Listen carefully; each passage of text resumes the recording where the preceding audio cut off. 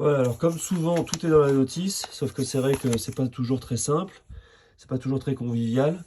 Donc ici, dans la notice, on peut voir que la sélection de la sonde d'ambiance, quand on est sur une sonde d'ambiance sans fil, c'est de R1 à R8. Ça veut dire qu'on peut mettre 8 sondes avec des programmations horaires différentes dessus. Donc il faut qu'on aille sélectionner notre sonde dans le menu. Parce que d'origine, on est configuré en T1, T1 qui est une sonde filaire qui n'est pas livrée avec la machine, donc elle va toujours déclarer qu'elle ne la voit pas. Donc je suis toujours en menu expert, donc je rentre dans le menu réglage initial, je vais chercher la sélection sonde d'ambiance. Là, c'est vrai que c'est pas très convivial comme menu, donc il faut aller chercher une première fois sonde d'ambiance, une deuxième fois sonde d'ambiance. Ici, je suis en R1, donc j'ai une sonde R1 qui est sélectionnée. Ici, j'ai différentes zones. Ici, j'ai la T1 qui est, je crois, le réglage d'origine. Et donc, si j'ai pas la sonde T1, bah forcément, ça marche pas. Et voilà, on a d'autres possibilités. C'est la R1 quand on est en sonde sans fil qu'il faut sélectionner. On fait valider, confirmer, on sort.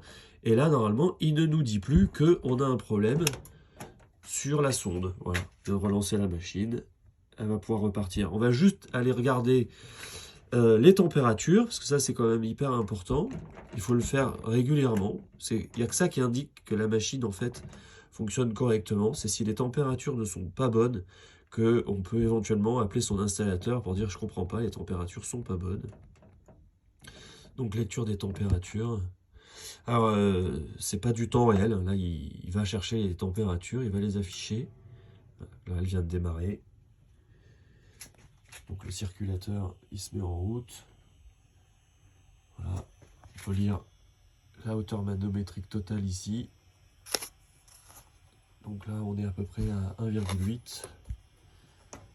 Et là, on est à peu près à 1,55.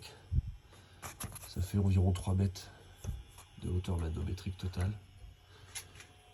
Ensuite, on va récupérer ici. Alors, on a combien de débit? On a au secondaire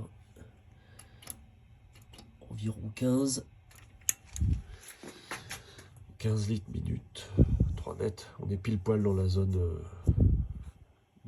nominale du circulateur. Voilà, donc les températures sont affichées. Donc au secondaire, 31-28, ça nous fait donc 3 degrés. On est sur un plancher chauffant, donc c'est parfait. Et au primaire, on a 3, même pas, 2 degrés. Donc voilà, la PAC, elle sait fonctionner là, TH1 et TH2. Il faut que ce soit 5 degrés, 7 maximum. Et puis sur du plancher chauffant, comme c'est indiqué ici, c'est max 7 degrés.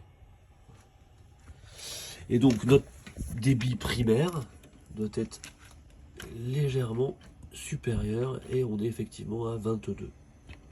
Même un décalage assez grand. Bon, du moment que les températures sont bonnes, on s'en fiche un peu. Et voilà,